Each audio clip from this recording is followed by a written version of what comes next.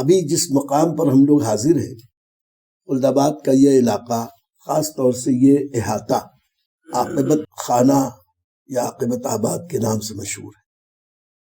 یہ زمین یا اس کا کچھ حصہ حضرت میر غلام علی آزاد بلگرامی رحمۃ اللہ تعالی علیہ نے از خود خرید فرما کر کچھ تعمیرات کی تھیں اور یہ وصیت کی تھی کہ مجھ کو یہیں پہ دفن کیا جائے۔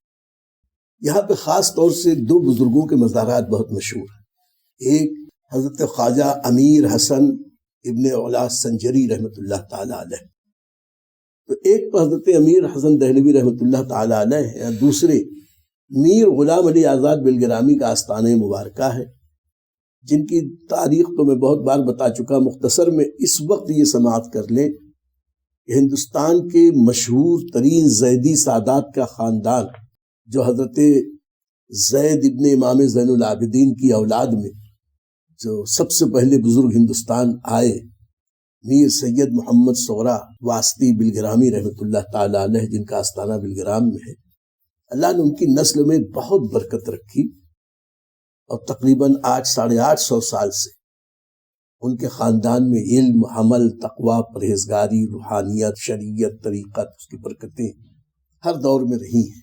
انہی بزرگوں میں ایک بہت ہی مشہور ترین نام حضرت میر غلام علی آزاد بلگرامی رحمۃ اللہ علیہ۔ یہ بلگرام شریف سے نبی کریم صلی اللہ علیہ وسلم کی محبت میں اکیلے نکلے، پاپیادہ نکلے، بس اللہ کے بھروسے نکل گئے۔ اعلیٰ حضرت کی زبان میں کہیں تو یہ کہ آنے دو یا ڈبو دو اب تو تمہاری جانب، آنے دو یا ڈبو دو اب تو تمہاری جانب، کشتی تمہیں پہ چھوڑی لنگر اٹھا دیے۔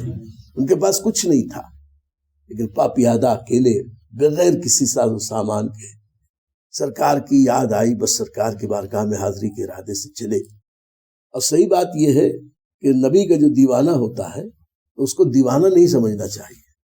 مجھ کو دیوانہ بتاتے ہو، میں وہ ہوشیار ہوں، پاؤں جب طوف حرم میں تھک گئے سر پھر گیا۔ حضرت میر غلام علی آزاد بلگرامی گھر سے چلے، معروف راستے سے نہیں آئے، غیر معروف راستے سے آئے۔ جب گھر والوں کو پتہ چلا کہ یہ نکل گئے ہیں ڈھونڈنے کے لیے، تو معروف راستوں سے دور تک تلاش کرتے رہے، یہ غیر معروف راستوں سے نکل آئے، اور پھر یہ مالوا کی سرزمین تک پہنچے، مدھیہ پردیش تک، اور یہاں حضرت میر غلام علی آزاد بلگرامی کو ناصر جنگ شہید جنہیں کہا جاتا ہے وہ مل گئے، اور ان سے قربت پا کر کچھ ایسا پر اثر ان سے خطاب کیا، بات چیت ہوئی، کہ انہوں نے ان کے حج پہ جانے کا انتظام کیا۔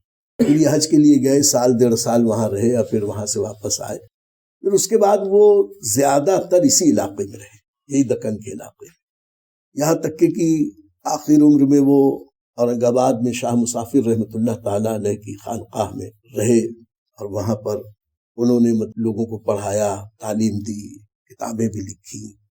جب آئے تھے تو کچھ کتاب نہیں تھی، انہوں نے ایک ضخیم کتاب محض حافظے کی بنیاد پہ لکھی، اور ایک بار میں نے خود اس کتاب کی زیارت کی ہے۔ کوشش کریں گے کہ اس بار بھی ہم لوگوں کو اس کتاب کی زیارت کی انشاءاللہ۔ اس کے علاوہ نظام حیدرآباد، نظام دکن سے ان کے بڑے گہرے تعلقات تھے۔ 2-3 نواب ان کے زندگی میں ہوئے، سب سے بڑے اچھے تعلقات تھے، خاص طور سے ناصر جنگ سے بہت قریبی تعلق رہا، لیکن انہوں نے اس بادشاہت کا، نواب کی دوستی کا دنیاوی فائدہ کوئی نہیں اٹھایا، اور پوری زندگی وہ اسی علاقے میں رہے۔ بعد میں گھر سے، خاندان سے تعلق رہا، یہ بلگرام شریف بھی گئے، مارہرہ شریف بھی گئے۔ ہم نے سنا لوگوں سے کہ حضرت شاہ برکت اللہ کے مزار کے اندر جو اشعار لکھے ہوئے ہیں فارسی کے، وہ حضرت میر غلام علی آزاد بلگرامی کے، اور ان کی بیٹی کی شادی حضرت شاہ آل احمد اچھے میاں کے ساتھ، شاہ آل احمد اچھے میاں ان کے داماد تھے۔ ویسے خاندان تو بے مثال تھا ہی، اور آج بھی ہے الحمدللہ، اور یہی وجہ تھی کہ ہمارے اعلیٰ حضرت عظیم البرکت نے اسی خاندان کو اپنا پیر خانہ چنا۔ اگر اس خاندان میں کچھ نہیں ہوتا تو ہمارے اعلیٰ حضرت کیوں جاتے؟ اعلیٰ حضرت کا انتخاب بتا رہا ہے کہ خاندان میں کچھ تھا، اور بہت ساری ان کی خوبیاں۔ ایک خوبی یہ سن لو کہ تقریباً 17 سے 18 ہزار اشعار انہوں نے نعت کے کہے، اس میں فارسی اور عربی کے اشعار ہیں، اور ان کے اتنے اشعار جو نعت پر ہیں اس میں دنیاوی بادشاہوں کی شان میں کبھی کوئی تعریف کے الفاظ نہیں کہے. صرف 2 شعر ناصر جنگ کے تعلق سے انہوں نے کہے تھے، وہ بھی صرف اس لیے کہ نبی کی محبت میں اس خود رفتہ تھے اور ان سے یہ کہنا تھا کہ آل رسول کو رسول کے در تک پہنچا. باقی علمی حیثیت سے ان کا وہ مقام ہے کہ آج بھی علماء ذوی الاحترام، ہر دور کے بڑے بڑے علماء ان کی علمی وجاہت کے سامنے سر تسلیم خم کرتے رہے. یہ مورخ بھی بہت اچھے تھے، انہوں نے تاریخ پر بہت ساری کتابیں لکھی، تاریخ بلگرام پہ لکھی، شعراء پہ لکھا، بہت کچھ لکھا ہے. آخر عمر میں وہ عاقبت خانہ نام کی جگہ پر یہ زمین خرید کے اپنا مزار بنا لیا، اور وصال سے پہلے یہاں کے اولیاء اللہ کو دعوت دی کہ میں اس خوشی میں کہ اب اپنے مولا کی بارگاہ میں جا رہا ہوں، آپ کی دعوت کر رہا ہوں. صحیح بات یہ ہے، آج پھولے نہ سمائیں گے کفن میں آسی، آج پھولے نہ سمائیں گے کفن میں آسی، ہے شب گور بھی اس گل سے ملاقات کی راہ. ہم لوگ موت سے ڈرتے ہیں اور اللہ والے موت کا انتظار کرتے ہیں، اسی لیے ہم مرتے ہیں تو آنکھوں سے آنسو بہتے ہیں. اللہ والے اس دنیا سے جاتے ہیں تو ان کے ہونٹوں پہ تبسم اور مسکراہٹ نظر آتی. بہرکیف دنیا چھوڑنا اسی کو کہتے ہیں کہ یہ دنیا چھوڑ کے یہاں آباد ہوئے، یہیں پہ مزار بنا، اور برسوں تک، وہ بھی 2 4 10 20 سال نہیں، میرا اندازہ یہ ہے کہ 100 سال تک خاندان کے لوگوں کو بھی یہ نہیں پتا تھا کہ حضرت کا مزار کہاں ہے. بہت بعد میں حضرت سید العلماء علیہ مصطفیٰ میاں رحمۃ اللہ تعالیٰ علیہ جالنا تشریف لائے تھے.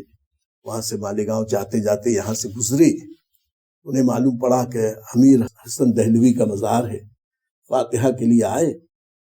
اہل علم جستجو پسند ہوتے ہیں تو دیکھا کچھ پیچھے کی طرف بھی، تو اندر گئے قبر تو وہاں پہ کتبہ لگا تھا اور اس میں حضرت میر غلام علی آزاد بلگرامی کا نام نامی دیکھا. ان کو بھی حیرت ہوئی اور انہوں نے بتایا کہ ارے یہ تو میرے نانا ہے. نانا سے مراد یہ کہ خاندانی آباء و اجداد میں سے ہے. اللہ کا شکر ہے، زیادہ تفصیل کا وقت نہیں، یہ بس یہ سمجھ لو کہ ہم لوگ اس وقت ان 2 اللہ کے بہت بڑے بڑے اولیاء کرام کی بارگاہ میں آئے ہیں، اور دونوں کا کمال یہ ہے کہ علمی سطح پر بھی ان کا پایہ بہت بلند. اور آج ہم ان کی بارگاہ میں حاضری دے کے اللہ سے یہی عرض کریں گے کہ اللہ تعالیٰ ان علماء ربانیین کے صدقے، ان کے طفیل، ہمیں بھی علم نافع عطا فرمائے، عمل مقبول کی سعادت بخشے.